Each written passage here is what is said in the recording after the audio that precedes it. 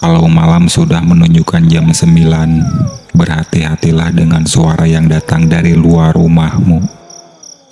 Karena kadang yang menawarkan makanan bukan manusia. Selamat datang di jam 9 malam. Kali ini aku akan membawakan kisah misteri yang dikirimkan oleh seseorang bernama Randy. Ia adalah mahasiswa semester akhir yang mengalami pengalaman paling menyeramkan saat sedang bergadang mengerjakan tugas dan kelaparan. Kisah ini berjudul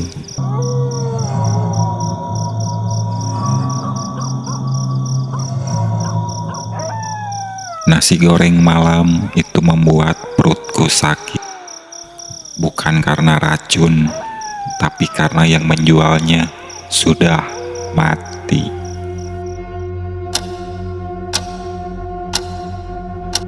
Randy tinggal di sebuah kosan tua di daerah belakang kampus yang terkenal karena suasananya yang sepi dan bangunannya yang belum pernah direnovasi.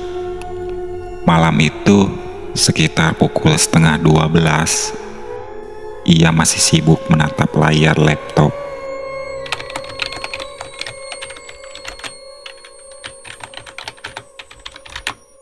Lapar mulai menyerang perutnya.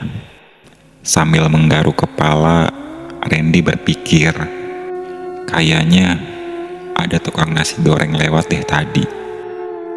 Tapi ketika dia keluar, jalanan sudah sepi total. Ketika ia hendak kembali ke dalam, tiba-tiba terdengar suara gerobak dari kejauhan. Bunyi khas penjual nasi goreng. Tapi aneh, suaranya seperti berputar-putar. Makin lama, makin mendekat. Lalu tiba-tiba berhenti tepat di depan gang kosannya.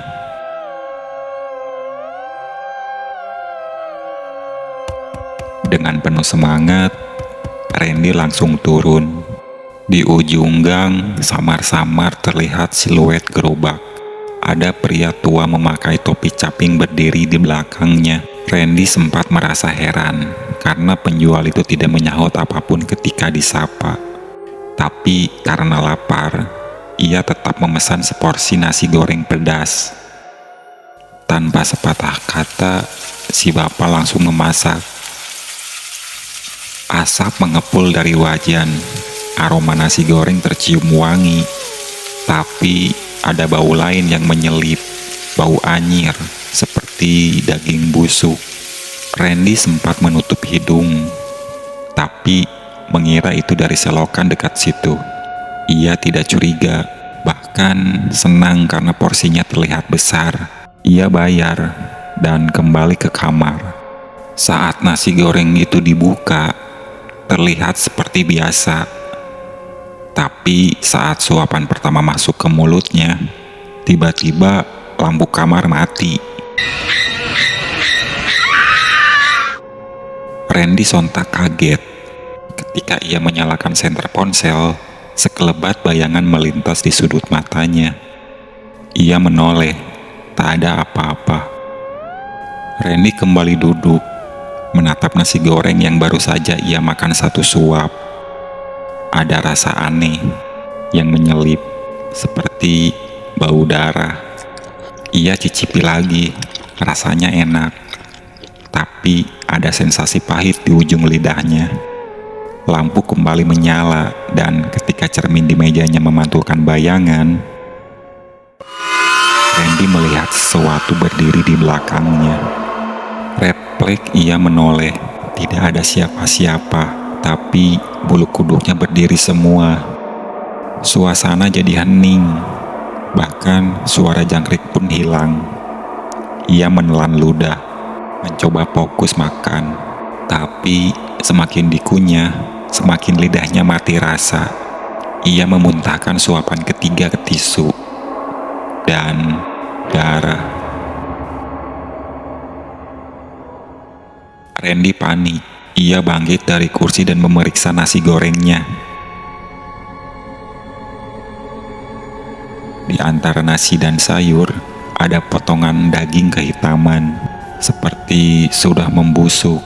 Bau anyir itu kini menyebar ke seluruh kamar.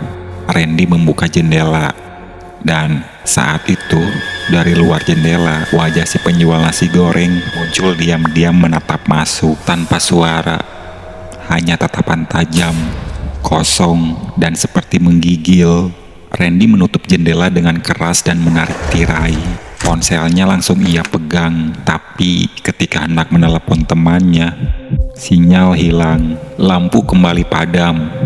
Ia terkunci dalam gelap, dan aroma itu makin menyengat. Dalam kegelapan, terdengar suara sendok logam bergesek dengan wajan, seperti sedang memasak. Tapi suara itu berasal dari dalam kamar. Perlahan, Randy menoleh ke belakang. Di pojok, tempat meja kecil dan rak buku, terlihat siluet gerobak, dan seseorang sedang memasak di sana. Dia tidak bisa bergerak, seluruh tubuhnya kaku. Sosok itu memasak tanpa henti, tak melihat ke arah Randy. Tapi Randy bisa melihat jelas dari bayangan itu, punggung yang terbakar, lengan yang hanya tulang, dan kepala yang sudah tidak utuh. Suara menggoreng berubah menjadi desisan seperti daging terbakar. Dengan keberanian yang tersisa, Randy menyalakan senter ponsel dan menyorot ke sudut kamar. Kosong, tak ada apapun di sana. Tapi ketika ia menoleh ke ranjang, nasi goreng yang tadi ia buang ke tisu sudah tidak ada, hanya bekas darah dan satu rambut panjang hitam menempel di sendok. Jantungnya berdegup makin cepat. Ia berlari keluar kamar, turun tangga kosan. Tapi saat sampai di lantai bawah, suasana berubah. Tangga di belakangnya tak lagi ada. Ia seperti masuk ke dimensi lain. Kosan itu jadi gelap, sunyi.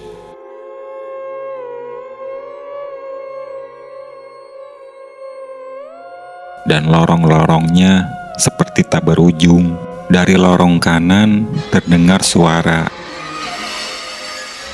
"Mas, nasi goreng." Suara itu lirih, serak.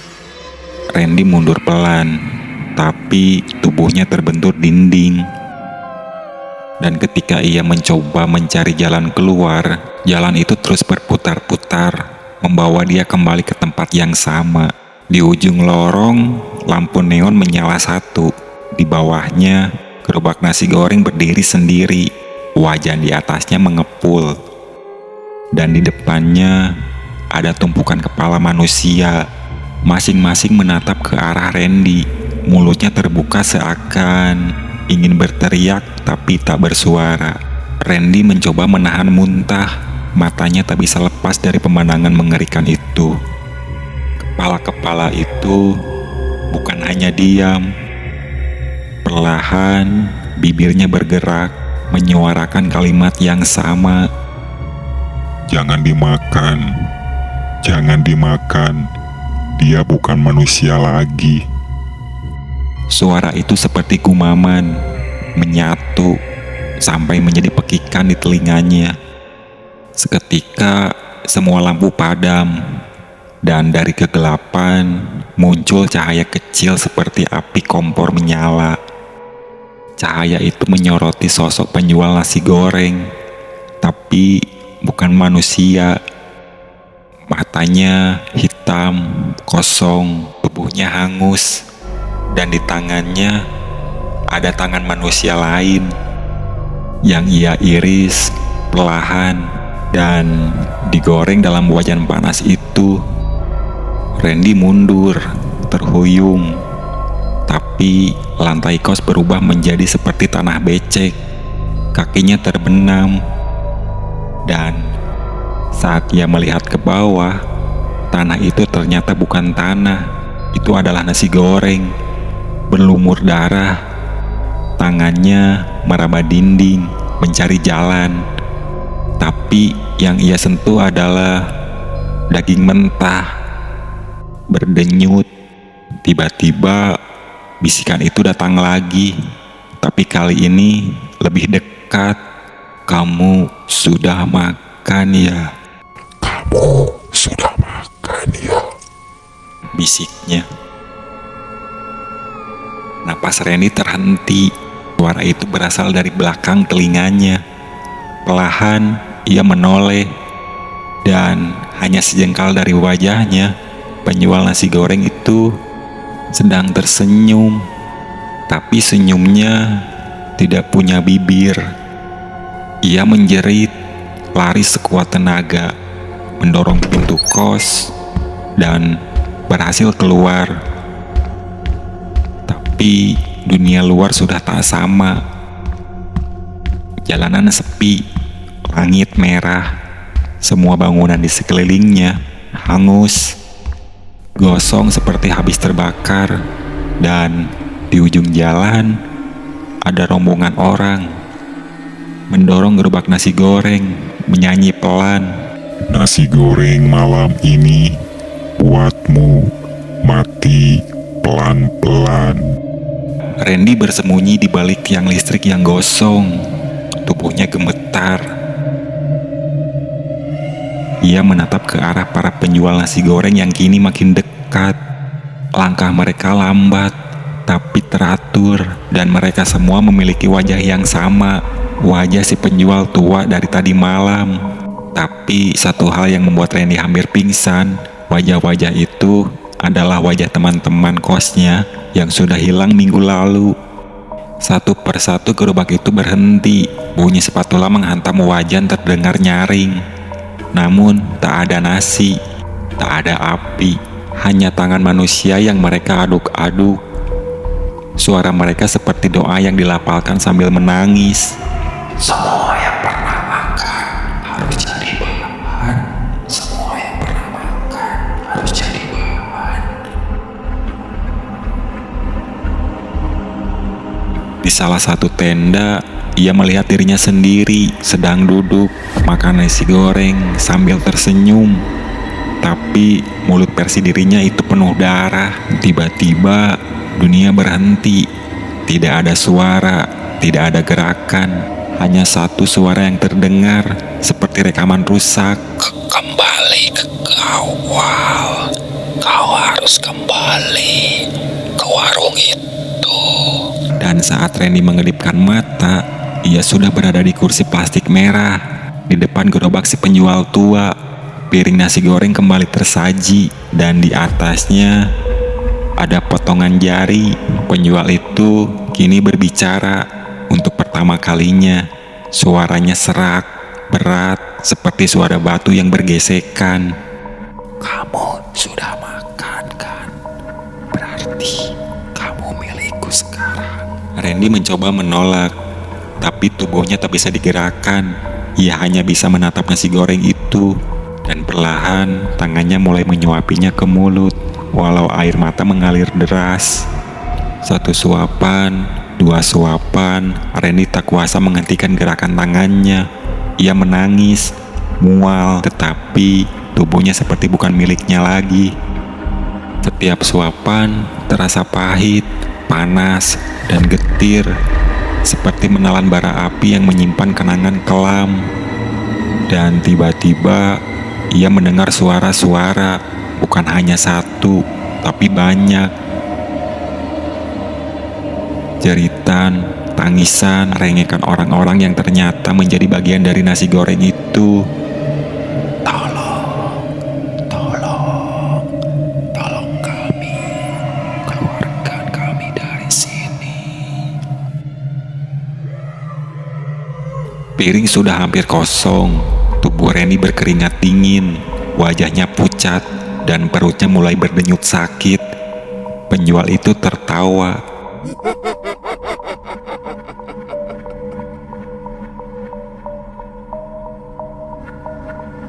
"Setiap orang yang makan harus ganti peran. Sekarang giliranmu yang jualan." Tiba-tiba gerobak nasi itu bergerak sendiri, mendorong Randy ke belakangnya. Tangan Randy terangkat, menggenggam spatula, dan wajan mendesis. Ia ingin menolak, tapi tubuhnya digerakkan oleh sesuatu seperti sebuah kutukan. Malam berubah lebih pekat dari sebelumnya. Randy kini berada di pinggir jalan, di bawah lampu redup, lengkap dengan gerobak nasi gorengnya. Orang-orang mulai berdatangan, wajah-wajah asing tak tahu apa-apa, dan nasi goreng mulai dibuat lagi dari potongan-potongan tubuh yang tak muncul dari mana. Satu persatu orang mulai makan. Mereka memuji, bahkan ada yang minta tambah. Dan setiap senyuman pelanggan itu hanya membuat air mata Randy makin deras. Seorang remaja menghampiri gerobaknya. Wajahnya familiar. Itu adiknya Randy. Masih mengenakan seragam sekolah, polos, lugu, dan kelaparan. Ia duduk dan berkata, "Bang, 1 porsi dong. Udah dari tadi pengen coba nasi goreng abang, yang katanya enak banget."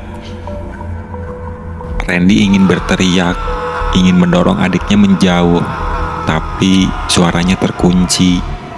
Tangannya justru menyajikan sepiring penuh, dan saat adiknya mulai menyuap, dunia Randy runtuh. Ia menjerit,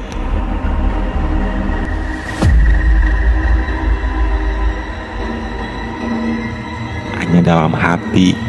Keesokan harinya, gerobak nasi itu tak ada, tapi di pojok gang, warga menemukan wajan berlumuran darah dan spatula patah. Tak ada yang tahu kemana Randy. Tapi sejak malam itu, banyak yang mengaku mereka melihat gerobak nasi goreng misterius muncul di tempat-tempat sepi, hanya malam-malam tertentu. Dan siapapun yang makan dari sana akan terus makan sampai akhirnya menjadi bahan. Cerita ini mengingatkan kita bahwa tak semua rasa lapar harus dituruti. Kadang yang menggoda bisa menelanmu utuh. Sampai jumpa lagi di cerita mencekam berikutnya. Jam 9 malam, tempat di mana suara dari gelap selalu punya kisah untuk dibisikkan.